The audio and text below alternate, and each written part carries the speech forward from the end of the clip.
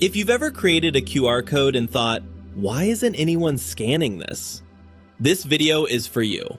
Most QR codes look cheap, generic, and forgettable, and people subconsciously don't trust them. Not because QR codes don't work, but because most people use them the wrong way. In the next 2 minutes, I'll show you how to use a QR code generator the smart, professional, and business-ready way. No fluff, no theory, just what actually matters. Go to brandedqrcode.com. You have two options, create from scratch or design assistant. We'll use the design assistant. Upload your logo and resize it. You'll then get 4 to 6 options. Pick the one you like and edit it to your liking. First, choose your export size. After that, pick your pattern shape.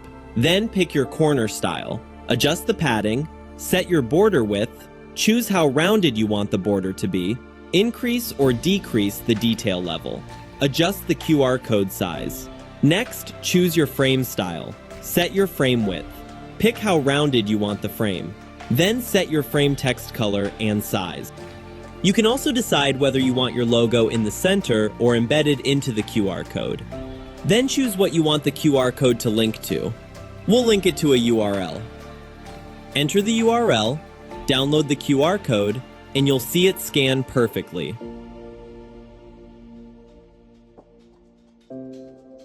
Now let's create a plain QR code. Scroll up and click Remove Image, then Reset Style. Increase the detail level for better scannability. Pick your foreground color and background color. Choose your pattern shape, your corner style, and your frame style. And as you can see, it scans perfectly.